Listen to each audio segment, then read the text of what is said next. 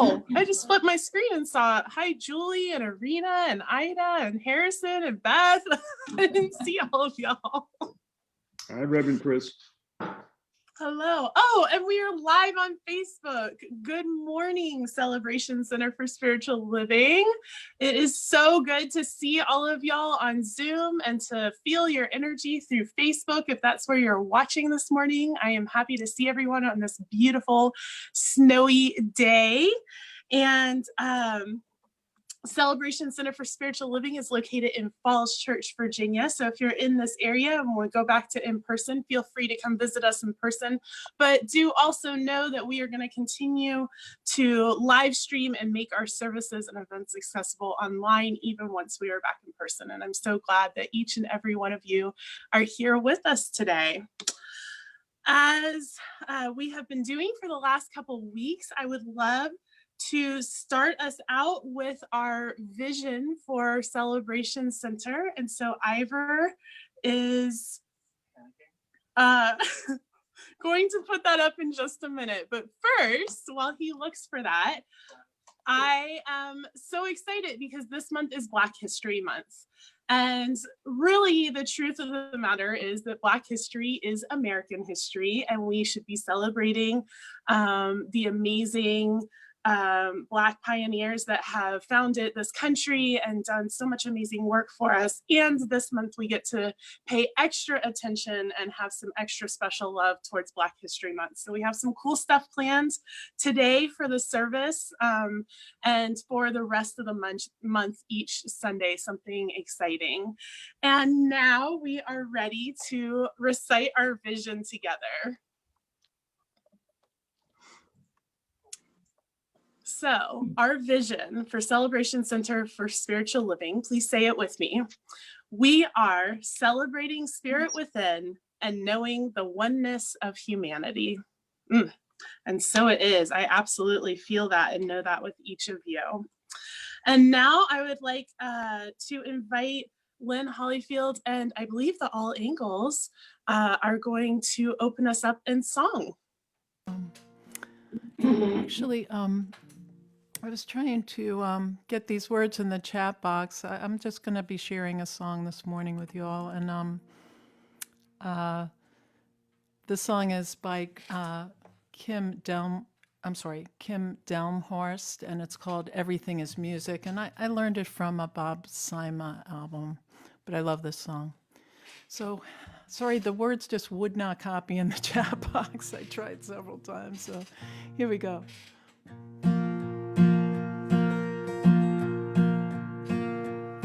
Well, we've come to the place where everything is music.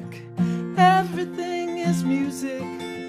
Everything is music. Well, we've come to the place where everything is music. Everything is music, let it play. Tell me, why do you stay in jail when the door is wide open? The door is wide open. The door is wide open. Tell me, why do you stay in jail when the door is wide open? Let the beauty that you do be what you do.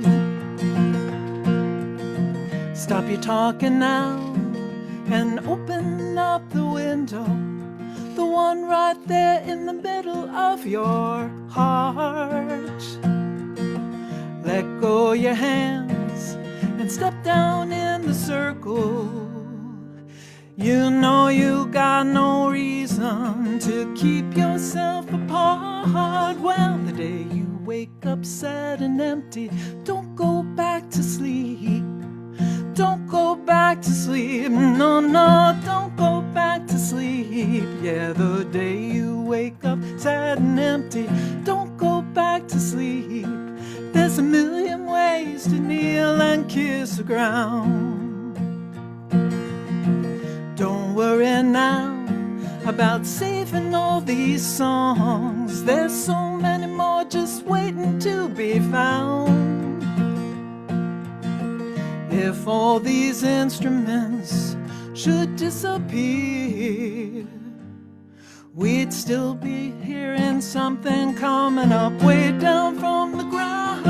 Yeah, the place where everything is music, everything is music, everything is music. Now we've come to the place where everything is music, everything is music, let it play.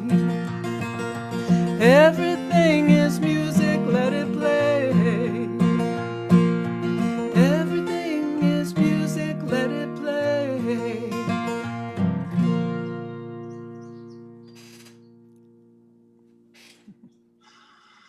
Beautiful, Lynn. Thank you so much. What a wonderful, uplifting way to start our morning off together.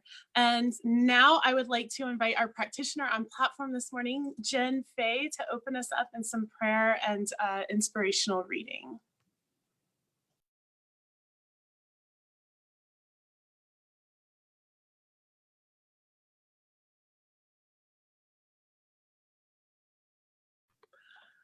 Hi, Jen. We can't see or hear you if you're speaking. So sorry. You can see me, right? We cannot see you, but we can hear you. Oh, you can see her? Oh, okay. Yes, we can. Okay. Sorry about that. You're fine. In honor of Black History Month, I wanted to talk a little bit about Harriet Tubman. If you have not seen the movie Harriet, I highly recommend it. It really had an impact on me.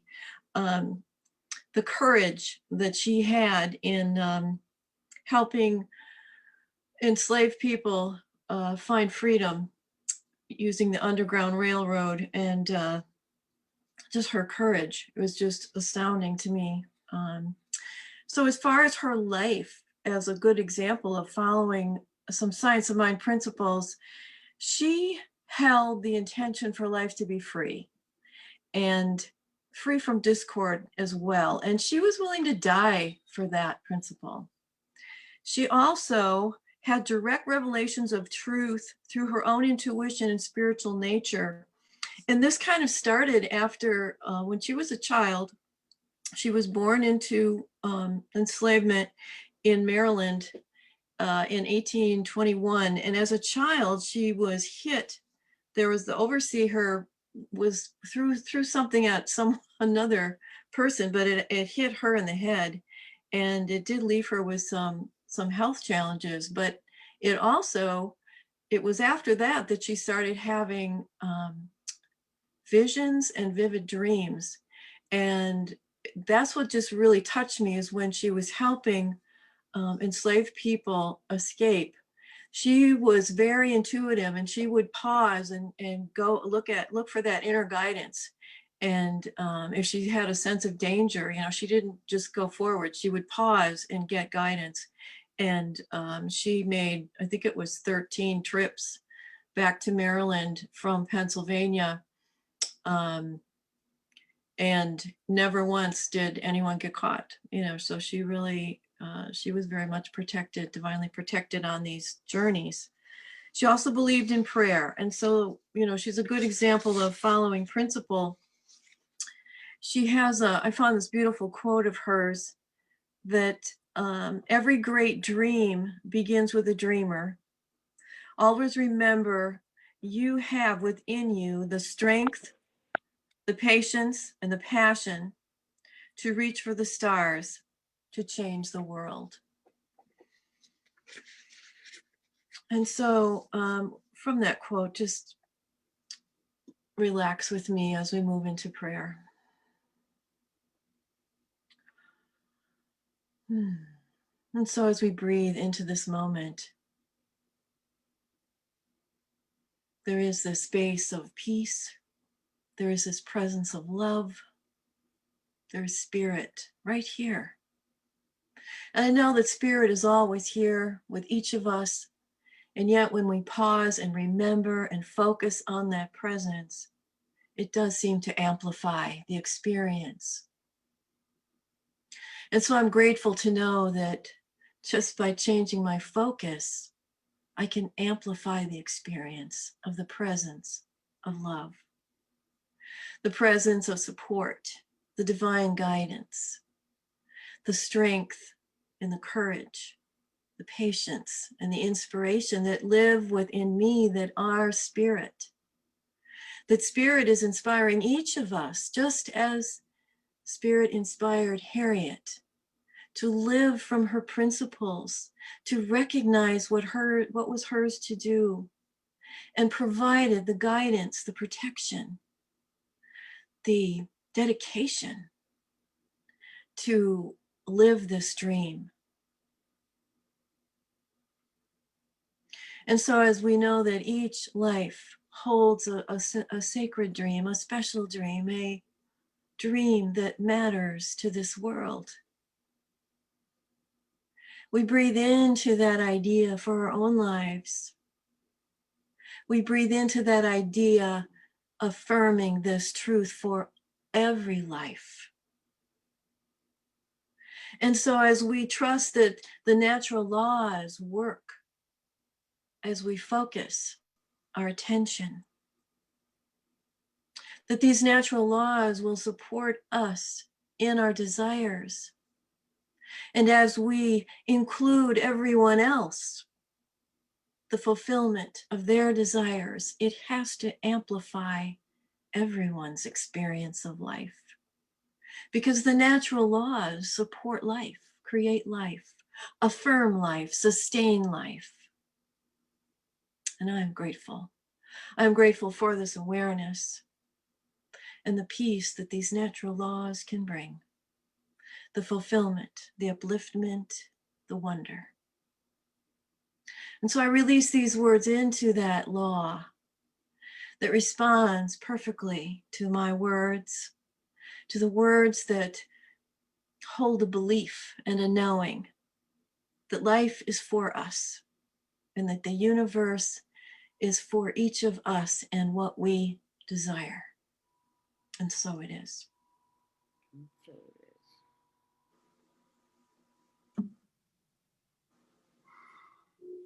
Thank you so much, Jen. That was beautiful. You're welcome. And now we have special music from Lynn. Okay, I'm going to do, Reverend Chris asked me to do this song today, and by the artist Amy Steinberg. I love her music, and this is called Intimate with the Infinite.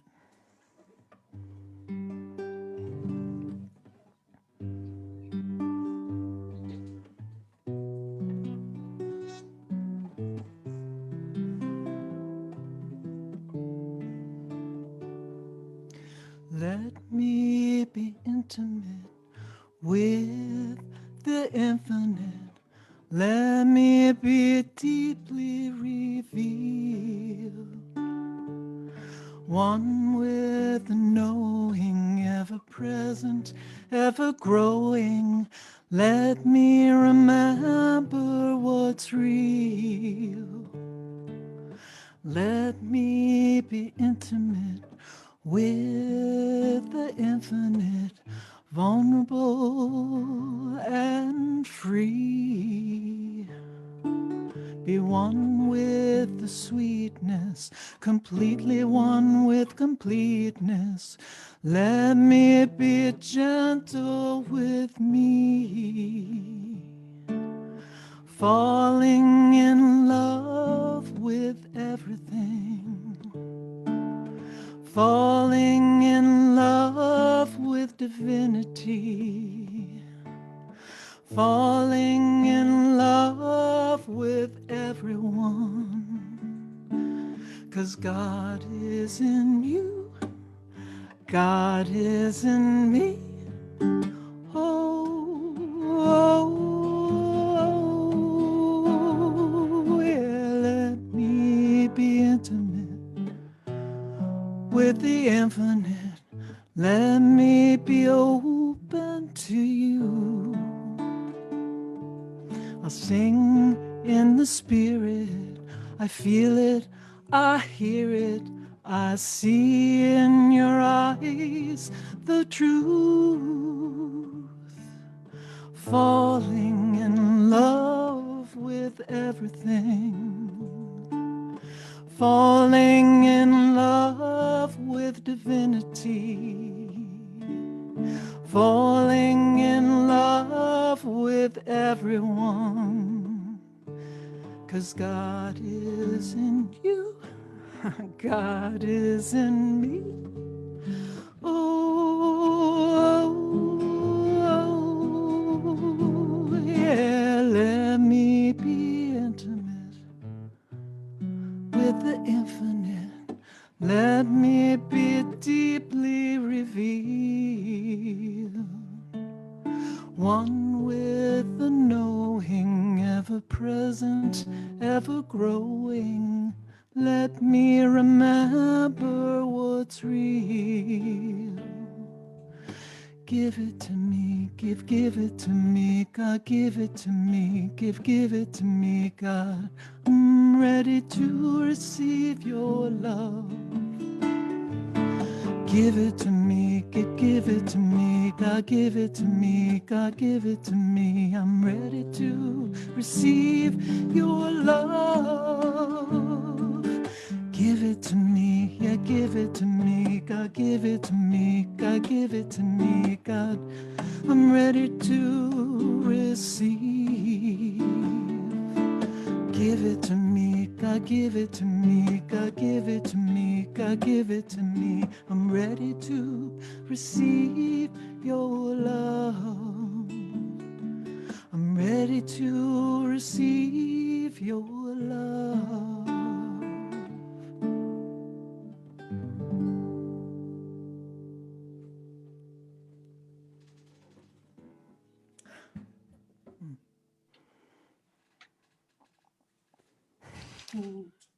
Thank you so much, Lynn. That was beautiful.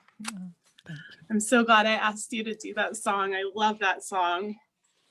And the reason that I wanted to do this song is that it's what came to me when I was thinking about our February monthly theme. So today's talk title and theme is A Clean Slate.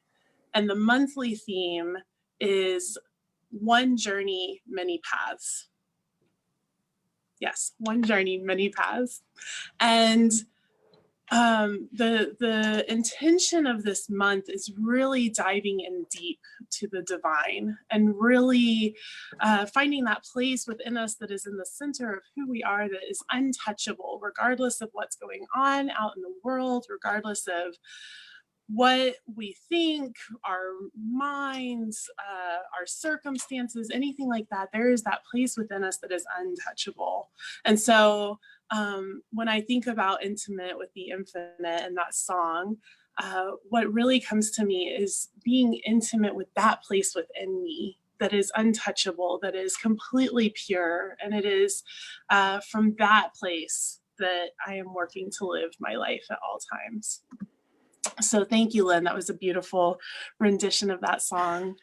I so appreciate it. And before we dive in too deep on today's title, today's topic, I have a video that I would like to share with y'all. This is part of our celebration of Black History Month. Center for Spiritual Living, Dallas, Texas, with Petra Welds and Karen Fry, did a series of videos on Black pioneers of New Thought. And there's 4 videos, which is awesome because there's 4 Sundays in February. And so we're going to be watching a video a week and just kind of learning a little bit more about some of the people who were really instrumental in the foundation of this movement in a lot of ways. And so without further ado, I invite Ivor to share the video. There's 4 videos, which is awesome because there's 4 Sundays in February. And so we're going to be watching a video a week and just kind of learning a little bit more about some of the people who were really instrumental in the foundation of this Here's a little known movement. Black History Science of Mind fact. Jamaican-born Marcus Mosiah Garvey Jr. is well known as a businessman, journalist, Pan-Africanist, and powerful orator of the early 1900s. As such, he attracted thousands of followers to his Black nationalist movement that became known as Garveyism. As founder of the Universal Negro Improvement Association, Garvey encouraged African Americans to be proud of their race and promoted cultural identity through his Back to Africa campaign. But did you know that Garvey was also a follower of the New Thought movement, as well as a student of the ideas and philosophies of religious science? In fact, Garvey studied the same New Thought philosophers as religious science founder Ernest Holmes and his brother Fenwick, and often quoted their teachings. He also was inspired by divine science co-founder Nona Brooks. Even the philosophy of transcendentalism, led by writer Ralph Waldo Emerson, resonated with Garvey. He excelled in merging racial philosophical concepts and science of mind principles while addressing the Black condition in America. The strong philosophical beliefs in self-mastery, determination, and willpower that Garvey preached to Black people aligned perfectly with the newly emerging teachings of science of mind. In many of Garvey's speeches and writings, he often urged his followers to get a scientific knowledge of religion. His message was clear: liberate the minds of men, and ultimately you will liberate the bodies of men. Another instrumental Jamaican in science of mind is Dr. Elma Lumsden, who founded the Temple of Light Church of Religious Science in Kingston, Jamaica in 1981. An engaging speaker and master teacher, Dr. Elma is also known for her simple yet dynamic words of wisdom, such as, "Until you can walk on water, take a boat," and "Life is a school, and we're not on holiday." Due to her leadership and diligence, Lumsden helped religious science become recognized as one of 12 key religions in Jamaica. Dr. Elma Lumsden and Marcus Garvey, Black evolutionaries in science of mind.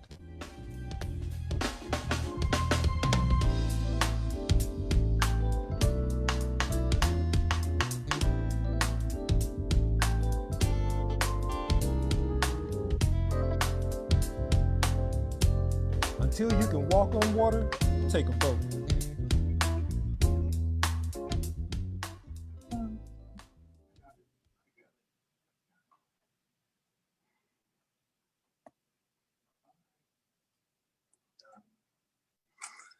Thank you so much, Ivor.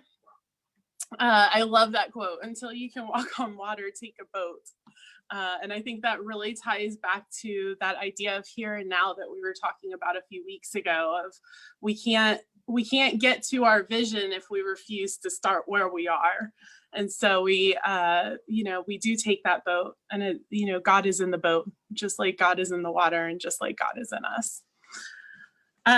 So these two people, Marcus Garvey, as you heard, was instrumental in the civil rights movement, and therefore we've probably heard of him, possibly in school or in our own studies.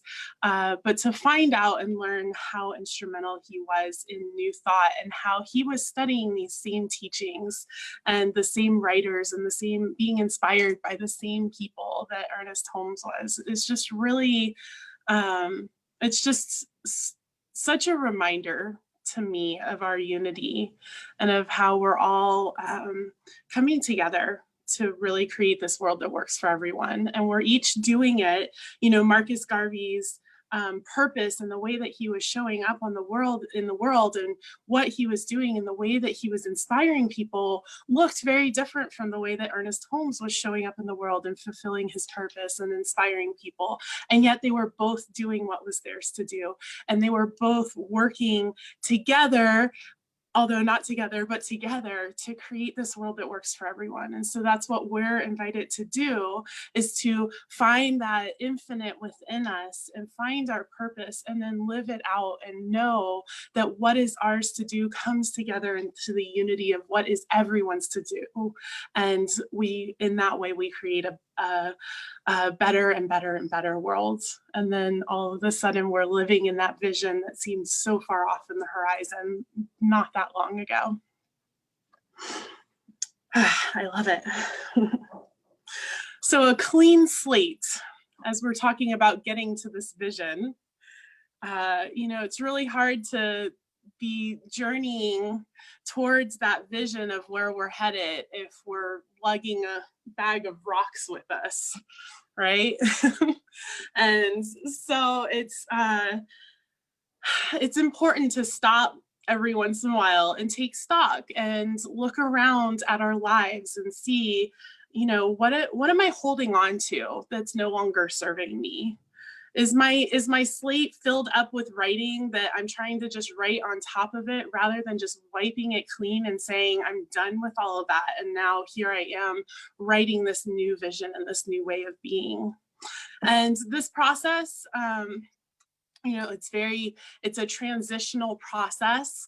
And so sometimes we choose it, right? Sometimes we consciously stop and we look around and we assess, I feel like we just did that in the new year. It's kind of this time of new beginnings, and we take stock and we look around and we see what our goals are that we're going to accomplish and all this stuff. And so we make this conscious choice. And other times we are seemingly thrown into the transition or thrown into this time of all of a sudden our slate is wiped clean for us. And we are left going, wait, I'm not sure I was done with that. And we get to take stock and see where we are and assess. And so along with the new year, other transitions can be getting a new job or being fired or laid off from your old job. Moving, and that can be moving 2 doors down or moving across the country or moving across the world to a different country. It can be the beginning or the ending of a relationship, right? So when you're ending a relationship, that's very obviously a wiping the slate clean situation, but also when you're beginning a new relationship of some sort, and this can be any important relationship in your life. It could potentially even be inviting a pet into your home. All of a sudden, your old ways of doing things are shifted and different. When I get a new kitten, I'm gonna have to feed it and play with it and do all of these things. And all of a sudden my daily routine is gonna be a little bit different than it was. And my slate is gonna be wiped just a little bit clean. The loss of a loved one. And this can be somebody who is very near and dear to ourselves, a partner or a parent or a child, or it can be a pet, or even somebody who we weren't that close to, a distant relative or an acquaintance, or a friend from college that we haven't spoken to in decades.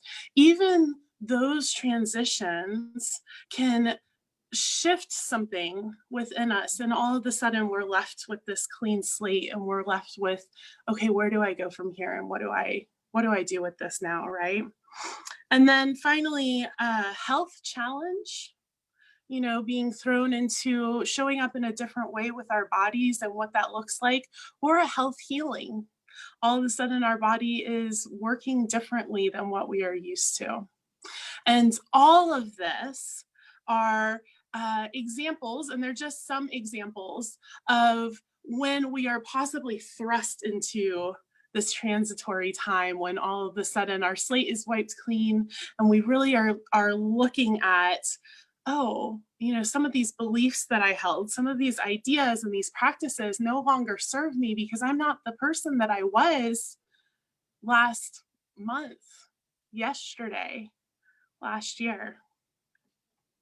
And so as we go through this process of wiping the slate clean and really figuring out who we are in this new moment, and really stepping back and going back within, because no matter how many times our slate is wiped clean, and whether we're the ones consciously wiping it or it's being wiped for us, we are still that divine, untouchable thing. That essence of who we are is still at the very center of our being.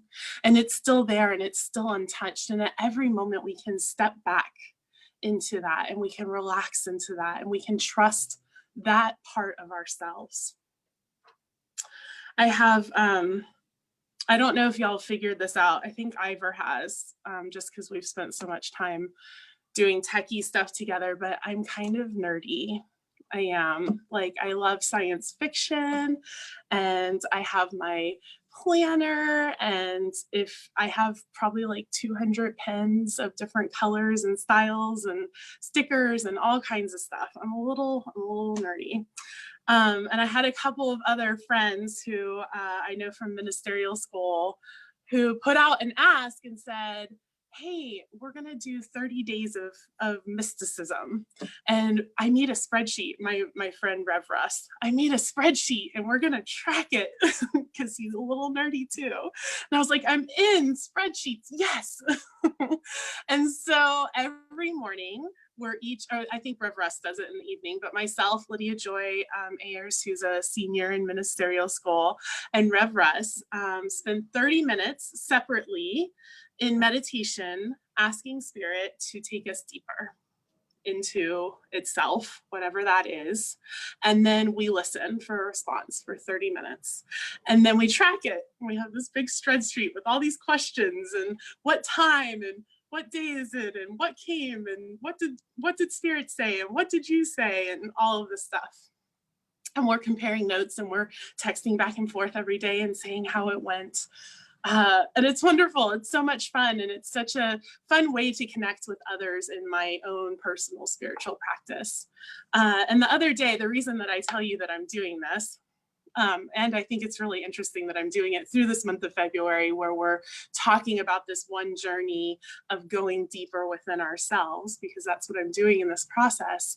But the other day I had this really incredible meditation where, often when I'm meditating, I will work to expand my consciousness out and, see the bigger picture and kind of step out of my body and, go out into the galaxies and the universe and step beyond the universe and see that there's just more and more there. And no matter how big I expand my consciousness out, all I find is more God. And Terry, that comment made me laugh. So that's what I typically do. But in this process of just asking Spirit to go deeper with me, what I found happens in this meditation is that I stepped out of me and I got smaller. And all of a sudden I was sitting in that center of me, in that untouchable place. And it was, it felt, the experience for me was that I was sitting in this golden ball of light. And that it was just radiating not only through me sitting in the middle of this ball, but also radiating out into the whole shell of my being that I wasn't existing in at that moment, right? I was smaller than that. I was just the essence of myself and expanding out even bigger and bigger. And the power of this meditation is that when I'm sitting in the smallness of just the essence, just the God stuff of who I am, all of the periphery seems so tiny. All of the to-do lists and the phone calls and the, servant keeper and I have to set up this class and I need to, post that thing on Facebook and I need to make this phone call. All of that just got so small. It was just like these tiny little things. And even though I was smaller, I was bigger than all of it. And it was this really powerful moment of all of that other stuff is just so tiny in comparison to the truth of who we are. And what's extra amazing about that is it is like wiping the slate clean, right? Because instead of allowing all of these things that would normally occupy my thoughts and my mind, and that sometimes I've even had trouble quieting them down enough to get to a place of meditation where I can actually ask God to take me deeper, they're just wipeable. It's just like nothing. It's just nothing. And I can trust that the beingness of who I am is enough to just etch a sketch that away. And light is all that truly exists. And that light that is the essence of my being, it might show up as a phone call, or it might show up as a database, or it might show up as driving in traffic. It might show up as whatever, but really it's just light. And I am so much bigger than any and all of it. It was a really powerful experience.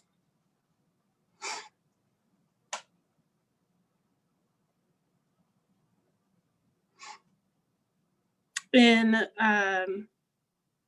Ernest Holmes, our founder, says, "The silence means this: a contemplation in the quiet of the mind, when the objective tumult is temporarily stilled, and we rise in our consciousness to the place of pure causation, which is spirit." And you know, I've always thought that that rising has to come out of myself, but it doesn't, because it is who I am at my essence. And all I have to do is just boil myself down to that essence and remember the truth. And so that's what we each get to do, is at every moment, regardless of whether the transition was thrust upon us or whether we chose to wipe the slate clean, we can always return to our essence and wipe the slate clean at every moment. At every new moment, we have the opportunity to wipe that slate clean and return to our essence.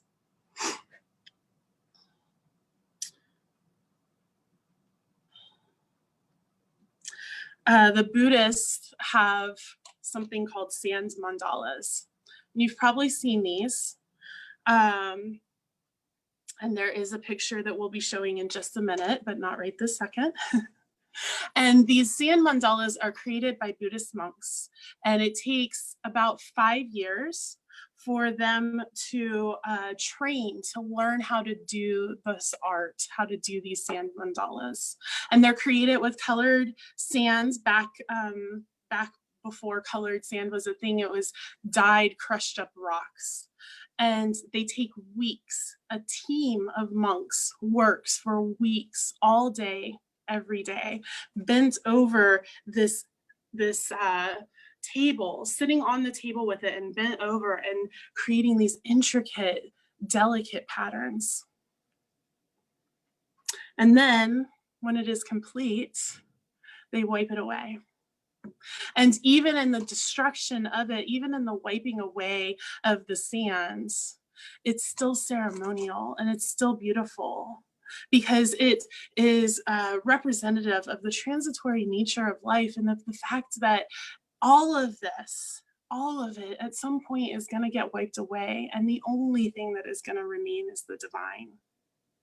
Yes, Hanasora, impermanence.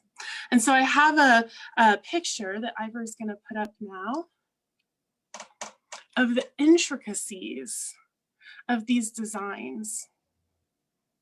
And as you can see, there's different ones, of course, and some of them have up to 722 gods and divine representations in these beautiful sand mandalas that they spend weeks creating, only to wipe away. And they return the sand to nature. Thank you, Ivor. And so that's what we can do in our lives, right?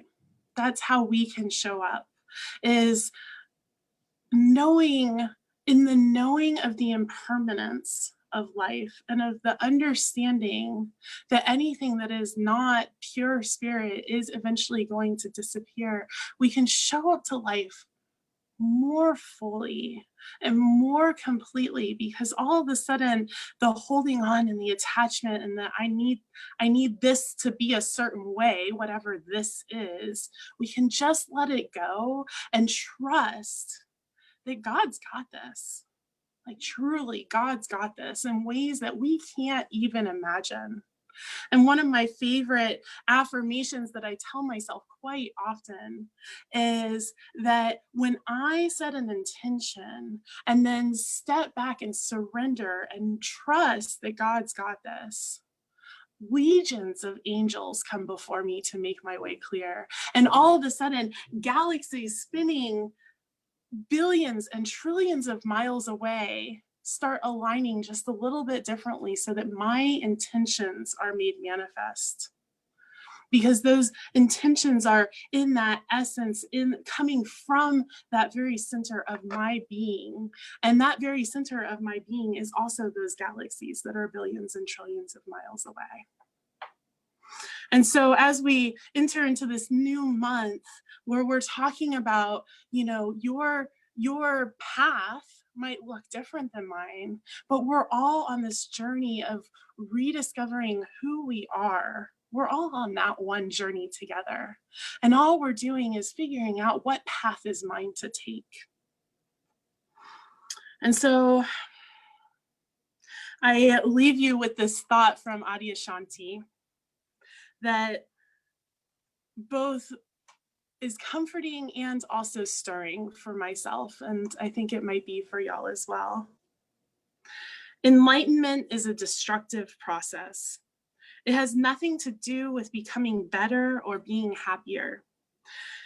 Enlightenment is the crumbling away of untruth.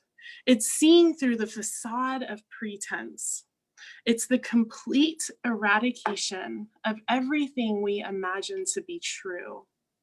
And in this case, the true is with a lowercase t, because it's not the truth, capital T, of God. And so I just invite you to wipe your slate clean. What is on that slate that is no longer serving you? Wipe it away and see what is the next greatest step in your journey of knowing the truth of your essence. And now we do have time for Tell Us. However, I'm going to move the order. So anybody who has the order of service, we're flying blind now, because I'd like to go into some prayer at this time, and I'd like to hear Lynn's song. And so I just invite you to close your eyes and take a breath.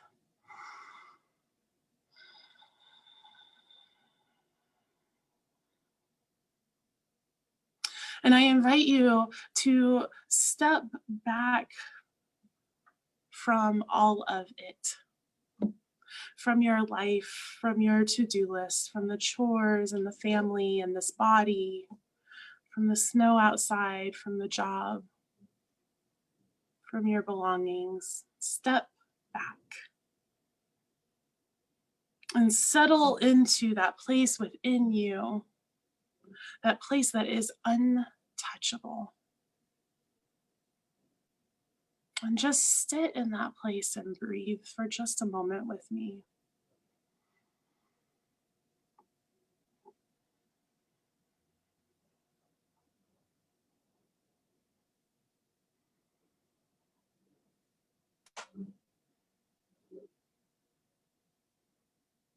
And what I know is that each of us, at our essence, has this place within us that is the divine, that is that untouchable spot, that golden light, that is the very essence. It is who we are at the very center of our being, who we are at the core. And I know that each and every one of us is so powerful and is so clear that we have the ability to wipe our slates clean and only write on them what is that divine essence of ourselves. And I know and affirm that as we move into this next week, that every time we come in contact with another being, what we are truly contacting is that golden light within them with our golden light, knowing that each of us has this space within us that is divine, and that each of us is living from that space, from that place. And I am so grateful for this amazing community and for each person stepping up and saying yes to their journey, saying yes to their unique path, and saying yes to all of us coming together and walking these paths together on this one journey. I am so grateful for each of us stepping up and showing up and saying yes in this way. And so I simply release my word. I allow it to be done even more grand than anything I can possibly do or imagine. I just surrender it and let it go. As we say together, and so it is. And now, Lynn, I invite you to play your song. I thought it would be nice to do this tune with the message that Reverend Chris just gave us. It was beautiful. This is called Feeling Good, and we've done this with the choir, so the words are in the chat box. I hope people will sing from home.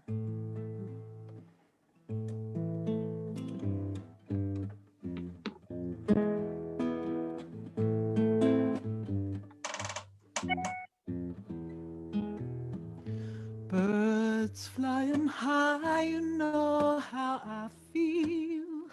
Sun in the sky, you know how I feel. Breeze drifting by, you know how I feel. It's a new dawn, it's a new day, it's a new life for me. And I'm feeling good.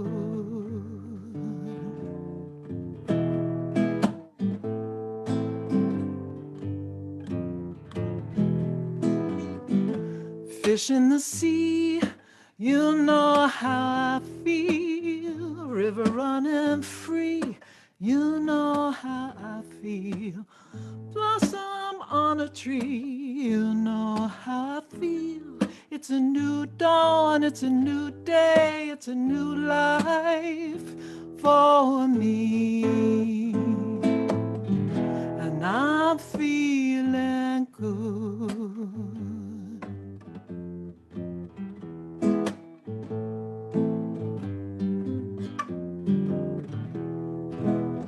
Dragonfly in the sun, you know what I mean. Butterflies all having fun, you know what I mean. Sleep in peace when day is done, that's what I mean. In this old world is a new world and a bold world for me. And I'm feeling good.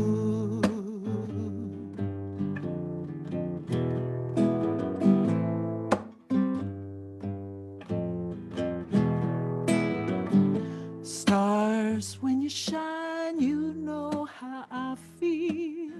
Scent of the pine, you know how I feel.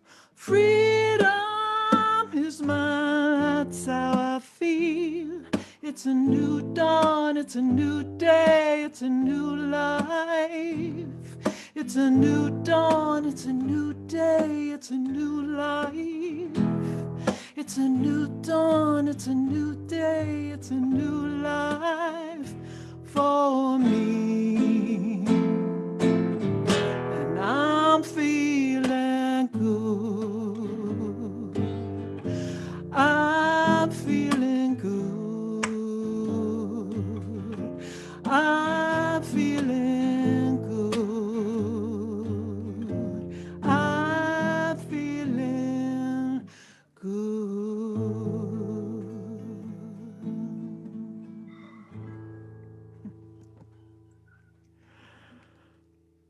One of my Thank you, favorites. Lynn. Mine too. I love this song so much. I actually like the original, Julie. I think you put it in the chat, another version as well. But when Lynn told me she was playing this song, I was like, yes, I love this song. Thank you. So now we have just a few minutes for Tell Us, about 3 people for a short 1-minute share each. And I have a question this week. So we are going to dive more deeply into this topic of a clean slate and what I had to see or say in the community Zoom after our service. And right now I have a different question for you.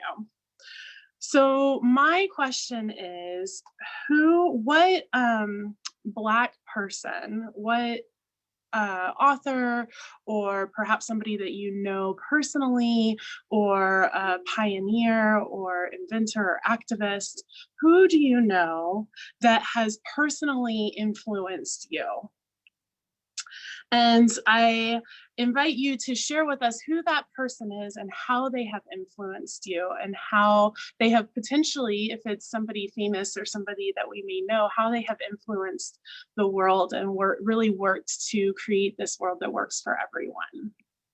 And this is another thing that we're going to be doing every week for the next 4 weeks in honor of Black History Month, is really recognizing those Black pioneers that have shaped each of us individually and also shaped our world.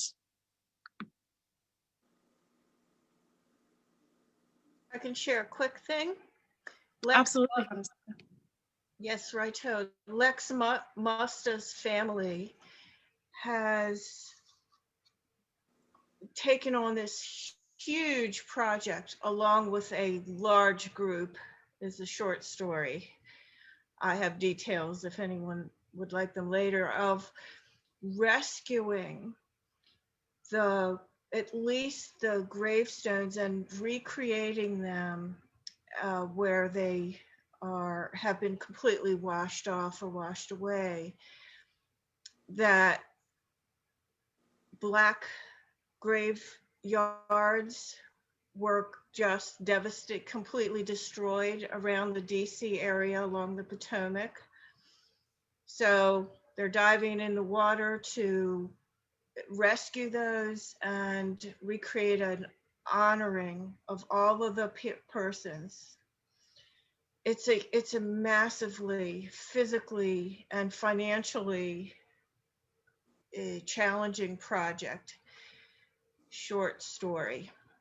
It's extraordinary, along with a whole lot of other things.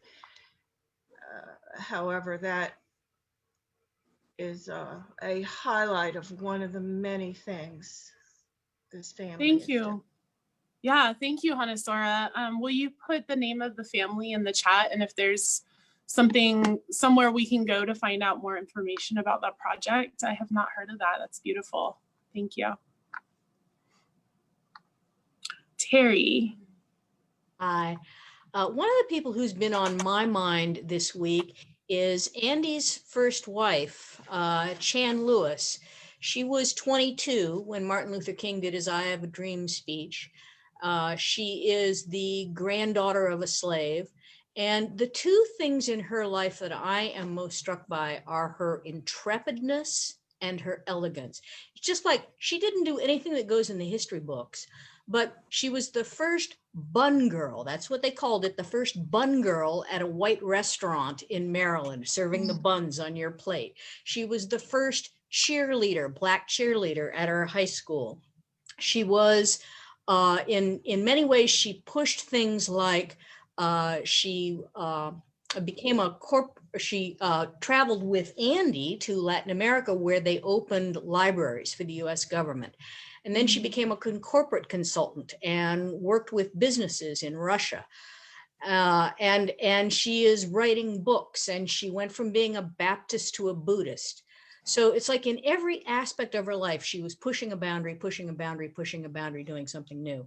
And then the flip side of that, the elegance with which she presents herself. She's a beautiful woman, but she is always dressed gorgeously. I swear that woman gets up in high heels in the morning. And she also presents herself in an ultra articulate way. And one of the things I came to realize is the pressure on many Black people to feel like they have to be twice as good or look twice as good or prove they're not what have you. And so I've never seen that wear on her. But my feeling is that efforts like hers of the unfamous person has done as much as many of the heroes to advance the cause of Black freedom, equality. Thank you, Terry. That's wonderful. And I so appreciate when somebody can appreciate amazing people in their lives, even when society might tell us that it's a relationship that we shouldn't foster. So I love that this is Andy's first wife that you're speaking about. And I also love that you brought up the pressure on Black people in our society to perform twice as well to get half the recognition. Thank you. And she does sound like an incredible person, and also somebody who's constantly wiping the slate clean and seeing where's the next place to go. Thank you. We have time for one more. Harrison. Thank you, Reverend Chris, and thank you, Terry. What an inspiring snapshot of a very beautiful person. So thank you for that. I'd like Ed I'm going to cheat a little bit and ask Ed to join me in this, because Ed and I, Ed Preston and I, were in a small men group with Santos Mendoza. Santos was a real strong personality here in our community. He's been passed away several years, maybe more than several, maybe like 10, I think. But I remember him like yesterday, and the heart that Santos brought to every interaction, just tremendous heart and presence and love, and open, I think expanded my view of the world, being friends with him. And he was Puerto Rican, came to this country, I think as a young child, with his mother, and told me, growing up, running around Puerto Rico with no clothes on as a young boy, just complete poverty, and making his way, and his experiences in the military, and being an explorer. And it's just, he was a sky pilot, and glider pilot. So he did a lot. And yeah, we won't want to forget Duke too. Someone mentioned that. But this, I just want to bring him into the conversation, and that he touched my heart in many ways. Ed, do you want to add anything? I'd just like to say I haven't thought of Santos for at least 12 hours. And he was a Black man. And he and Duke Height became two of my best friends back in those ages. And I have a lot of memories of Santos, and just he and I really connecting spiritually as well as other ways. And when he was going through his end of life period, I spent a lot of time with him. I was with him just a couple hours before he died. And the memories of all of that and him are really still big in my life. So I'm glad you mentioned him. And he's still there for me, just like Duke is, actually. Yeah, we can't forget Duke, and maybe someone would like to mention Duke, because he was a huge fixture here. Yes, yeah. Part of our community. Thank you both so much. I had not heard of Santos, so I appreciate y'all bringing him in. And I have heard of Duke from many, many, many of you, and I can still feel his energy in this center when I'm here working. He is all over this place. This was truly his home. And I would love for somebody to share more. Perhaps we'll have a week that we just talk about Duke and how much he meant to our community. And we're going to move on in the service for today. So thank you to everyone who shared. And this is like my new favorite thing ever. And so I have to thank Terry Murphy, because she suggested doing this process, and we're going to do it every week. So come next week. If you didn't get a chance to speak about your person, come next week with your person. And now we are going to move into prayers and offertory. And we have a new email that we are going to be sending prayer requests to. So you are welcome to either visit our website and submit your prayer request there, and know that that form is completely confidential. It goes to Irina, and she passes it on to our practitioners and myself to pray for and with you. And then our new email address, and Ivor, I'm going to ask that you drop it in the chat, is prayer@celebrationcenter.org. super simple and easy. Those prayer requests go directly to me, and I will forward them on to the practitioners as well, and that will go into our ministry of prayer as well. So those are two ways that you can you can get prayer with us, and you can also ask that a practitioner contact you, and somebody will contact you for some one-on-one prayer as well. And now this is the time in our service for our offering. And, you know, we're not in person, we're not passing the baskets, and yet we're each offering something of ourselves. Perhaps it is your financial donations, which we accept on our website at celebrationcenter.org. There's a give button that you can click on. It's super simple. Perhaps it's your time and your energy and your prayers and your love. Perhaps it is your talents, the way that Ivor comes here every week and sets up all of his stuff.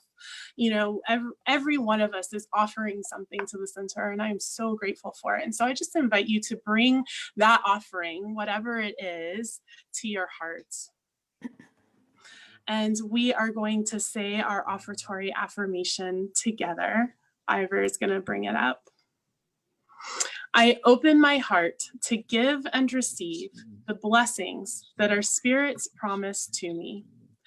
As I do, the entire universe conspires to give me an abundant life, and I open to accept it. And so it is. And I have to say that we are so grateful for all of the gifts that you give to the center, and know that those gifts are going forward to touch and bless not only the lives of this community here, but the lives of our greater local community, this country, and the world. It is touching and blessing the world. And now we have an offertory song.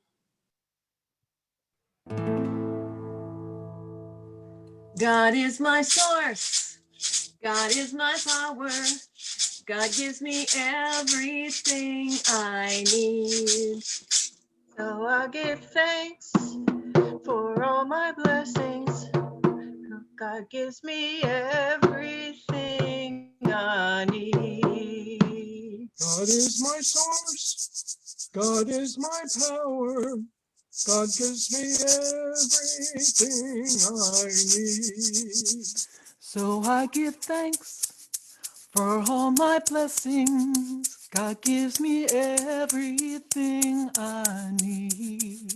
God gives me everything I need. Thank you, all angles. I knew y'all were singing for us at some point this morning. Thank you. And Jen, I would like to invite you as our practitioner to bless our offering and our prayers. And so it is from a grateful heart that I appreciate all of the prayer requests, knowing that as each of us puts that desire on paper or in words, that it takes on a different level of energy, that we can think it, but when we speak it, when we write it, when we ask for others to pray about it, it's amplifying. It's amplifying this desire and the energy around it. And we are so grateful as practitioners to receive these prayer requests, because as we pray for each one, we are expanding our own consciousness and the good in our lives as well. And I am also grateful for all the financial contributions, knowing that this is energy as money, and it is doing good in the world. It is supporting an organization that has so much to offer the world, and so many lives that have been touched and expanded upon and are forever growing into becoming more of who they came here to be. I am grateful for all of this sharing. It is truly a blessing, and so it is. And so it is. And now I invite Terry Murphy to tell us about what's going on. Thanks, Reverend Lynn. So I'm Terry Murphy. And first I want to ask if we have any visitors who would like to introduce themselves. We love hearing from our visitors. If you'd like. Hi, I'm Glenn. Nancy invited me. She was on the screen a minute ago, but then she disappeared. So I'm not sure what happened there, but so she invited me and told me about the center, and So I thought I'd tune in, and I had a hard time getting into the actual Zoom session. I saw all the service and then finally asked on the Facebook page if someone could tell me how to get into it. And I was sent a link and I got into it. So, so here I am. Oh, well, that's great feedback. Thank you so much for that, Glenn. We are thrilled to pieces that you persisted in finding us. Hope you'll come back, and next time it'll be. Okay. I lived in Falls Church for 10 years. I live in Silver Spring now, but so I'm very familiar with the area. I think I'd seen your building before. How long have you all been in existence? 35 years. Okay. So you were there when I was there. Okay. All right. Well, it's great meeting everyone and listening to the service. It was fun. Thanks so much. Anyone else? I'm sorry, am I echoing? There we go. Good. Okay. Any other visitors who would like to introduce themselves? Okay, this coming Sunday, we'll be honoring Reverend Faith. So you've got 3 more days to submit your video acknowledgement of her. And don't worry, this is not techie. You're just going to go to the website that Ivor's about to put in the chat. All you have to do is press the record button, say, I love Reverend Faith because, and then press the stop button and the submit button. That's it. So don't think this is anything you have to prepare or study for. Please do it by Wednesday so that Reverend Chris can compile them in time. Next, our virtual convention, our VISTA virtual convention is coming right up. And again, in the chat, you'll find the links. You are invited to go through the agenda, find aspects that you would like to sit in on, and let Reverend Chris know so that she can get you the appropriate registration for that. Next, Facebook. Please, we're trying to encourage everybody to like us on Facebook and comment. Link for that is in the chat. It's also in the upper right corner of our website. Comment on our posts, and we're offering a prize, the person who comments the most in February. So start now, chat often. Next, our first class from Reverend Chris is coming up in March. It's going to be every Wednesday night in March, 6:30 to 8:30. It's Spiritual Principles and Practices. This is appropriate for newcomers. It's appropriate for old timers, and it will qualify you for 2 things. If you are just a community member and you want to become a voting member of Celebration Center, this class qualifies for the requirement for that. And it also qualifies as a foundational class if you're considering starting the road to becoming a practitioner. So registration details will be out next week. That's every Wednesday night in March. And last of all, I'm just going to mention our recurring events, the things that happen every week, all available on the first page of our website. That's meditations on Tuesday evenings, gentle yoga with Jen on Mondays and Wednesdays, and chanting on Saturdays. Please see the website for details. That's it, and have a great week. Thank you so much, Terry. And now we have so many exciting things going on. Please check all that out. And please get your video done this week for Reverend Faith. And if you need any help with that, feel free to contact me. And now I invite Lynn into our closing song. Okay, everybody, I put the words in the chat box. If you scroll up a little bit, a few messages came in after that, but this is a tune by Susie Vinnick and David Leask, and thought it'd be a nice one. Lean into the light, and then just pay attention at the end. We're going to have a little surprise, and I hope you all join in. Lean into the light. The light's gonna help me find my way. Lean into the light. The light's gonna help me find my way. Good morning, broken dreams. Tell me how you've been. Maybe today's the day I'm gonna fix ya. Hello, stubborn cloud. I see you're still around. I think it's time to try to shake your shadow. Lean into the light. The light's gonna help me find my way. Lean into the light. The light's gonna help me find my way. I've been planting seeds, found beauty in the weeds. Every time that I go deeper in the woods, my beloved boss says I am never lost. I'll find the hidden signs along the pathway leading to the light. The light's gonna help me find my way, leading to the light. The light's gonna help me find my way. In the dark, there's a bigger light, and then there's flame to help me get through the night. In the dark, there's a calming voice that silences the noise. If I just lean into the light, the light's gonna help me find my way. Lean into the light. The light's gonna help me find my way. The light's gonna help me find my way. The light's gonna help me find my way. And then, happy birthday to you. Happy birthday to you. Happy birthday, dear Kristen. Happy birthday to you. Thank you so much, Lynn. You're welcome. Happy birthday. Thank you. Today is my birthday, and I am 35 years old. Woo! And there is nowhere that I would rather be in the whole world than right here with all of you on my birthday. Thank you, Hanasora. Thank you, everyone.